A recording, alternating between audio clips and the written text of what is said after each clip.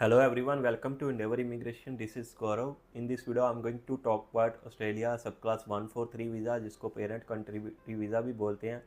तो इसमें क्या क्या डॉक्यूमेंट्स की ज़रूरत पड़ती है, क्या रिक्वायरमेंट्स है, उसके बारे में बात करेंगे। तो वीडियो को शुरू करें इससे पहले अगर आप हमारे चैनल पे फर्स्ट टाइम विजिट कर रहे हैं तो प्लीज़ डू सब्सक्राइब और चैनल। इसके अलावा आप हमें फेसबुक एंड इंस्टाग्राम पे भी फॉलो कर सकते हैं। तो आइए वीडियो को शुरू करते हैं। तो सबसे पहले तो गाइस, अगर आप भी ऑस्ट्रेलिया में पीआर या सिटीजन हैं और आप अपने पेरेंट्स को, चाहे वो सिंगल पेरेंट है या दोनों पेरेंट्स को जो है ऑस्ट्रेलिया में परमानेंट तौर पे मूव करवाना चाहते हैं, माइग्रेट करवाना चाहते हैं, तो आप जो है सब क्लास 143 वीज़ा के थ्रू जो है उनकी पीआर डाल सकते हैं। तो सबसे पहले तो इसमें जो है आपको कुछ रिक्वायरमेंट्स मीट करनी होती हैं, जैसे कि उनके पास एक एलिजिबल स्पॉन्सर होना चाहिए जो कि उनके सन या डॉटर हो सकता है। और उसके अलावा उनको जो है बैलेंस ऑफ फैमिली टेस्ट की रिक्वायरमेंट्स को भी मीट करना होता है, यानी कि उनके 50% बच्चे जो हैं ऑस्ट्रेलिया के पीआर या सिटीजन होने चाहिए। अगर जैसे मान लो किसी के दो बच्चे हैं तो दोनों में से अगर एक बच्चा वहाँ पे पीआर है तो वो 50% वाला टेस्ट जो है मीट करते हैं।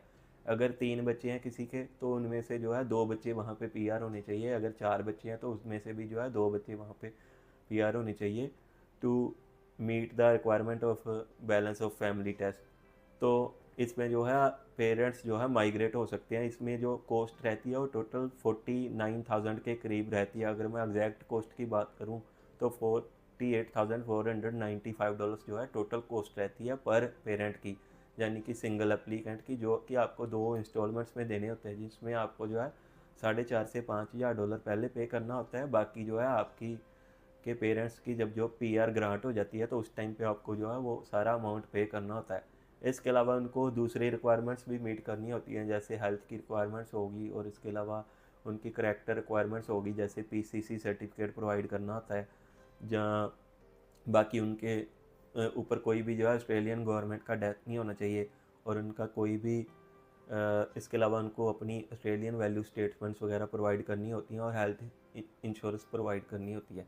तो अब हम बात कर लेते हैं इसके प्रॉपर डॉक्यूमेंट्स की, कि अगर आप सब class 143 visa parent country visa apply करना चाहते हैं तो आपको जो है क्या क्या डॉक्यूमेंट्स की रिक्वायरमेंट होती है। सबसे पहले तो आपको जो है कवर लेटर बनानी होती है, जिसमें सारे डॉक्यूमेंट्स का ब्यौरा देना होता है, जो डॉक्यूमेंट्स आप जो है अपनी एप्लीकेशन में अटैच करने जा रहे हो। उसके बाद आ जाती हैं certified copies of passports of family unit.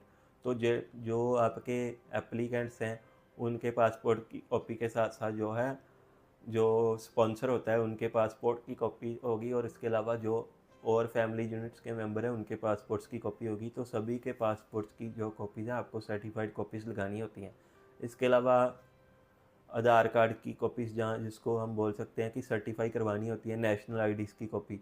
तो certified copies of national IDs of all members, जिसमें आपको जो है सारे फैमिली मेम्बर्स के जो है आधार कार्ड की कॉपीज़ जो है प्रोवाइड करनी होती है। इसके अलावा बर्थ सर्टिफिकेट ऑफ स्पॉन्सर, जो स्पॉन्सर वहाँ पे चाइल्ड है उसका जो है बर्थ सर्टिफिकेट भी लगाना होता है। इसके अलावा passport size photographs of applicants. Then आ जाती है स्पॉन्सर की पीआर वीज़ा ग्रांट लेटर और प्रूफ ऑफ सिटीजनशिप। जो स्पॉन्सर बच्चा कर रहा है वहाँ से उसके उसकी जो वीज़ा ग्रांट लेटर होती है, जो सिटीजनशिप का प्रूफ होता है वो। इसके अलावा एप्लीकेंट्स का मैरिज सर्टिफिकेट भी ज़रूरी होता है इसमें। और अगर जो स्पॉन्सर है वो मैरिड है तो उनके मैरिज सर्टिफिकेट की कॉपी की भी जो ज़रूरत पड़ती है। देन इसके बाद जो डॉक्यूमेंट्स आ जाते हैं वो आ जाते हैं identity documents of sponsor and there partner. तो जो बच्चे वहाँ से अपने पेरेंट्स को स्पॉन्सर कर रहे हैं तो उनके सारे आइडेंटिटी डॉक्यूमेंट्स की भी ज़रूरत होती है, जैसे कि उनका पासपोर्ट हो गया, ड्राइविंग लाइसेंस हो गया, मेडिकेयर कार्ड हो गया, एक्सेट्रा एक्सेट्रा। तो ये सारे डॉक्यूमेंट्स की भी ज़रूरत पड़ती है। इसके अलावा एविडेंस ऑफ फैमिली कंपोजिशन। तो जो एविडेंस ऑफ फैमिली कंपोजिशन होता है वो अगर आप इंडिया से अप्लाई कर रहे हैं तो उसमें जो है आपका राशन कार्ड आ जाएगा, और हर कंट्री के हिसाब से जो है अलग अलग एविडेंस ऑफ फैमिली कंपोजिशन हो सकते हैं। इसके अलावा कुछ फॉर्म्स भी अटैच करने होते हैं, जो कि जैसे फॉर्म 47 PA हो गया, फॉर्म 40 हो गया एंड फॉर्म 956 हो गया। तो ये सारे चीज़ों के साथ साथ जो है आपको एविडेंस ऑफ पेमेंट भी प्रोवाइड करना होता है। तो जो आपकी फ़र्स्ट इंस्टॉलमेंट होती है, जो 4,500 से $5,000 की पेमेंट होती है, उसके जो एविडेंस है आपको वो भी सारे प्रोवाइड करने होते हैं। तो जो इसकी एप्लीकेशन है वो पेपर एप्लीकेशन होती है। और इंडेवर इमिग्रेशन के पास जो है ये कॉन्ट्रीब्यूटरी वीज़ा एप्लीकेशन लॉन्च करने का एक्सपीरियंस है। तो अगर आप अपनी एप्लीकेशन खुद नहीं लॉन्च कर सकते तो आप जो है एंडेवर इमिग्रेशन की टीम को भी कॉन्टैक्ट कर सकते हैं to apply your parents country visa. So thanks for watching this video, see in the next video.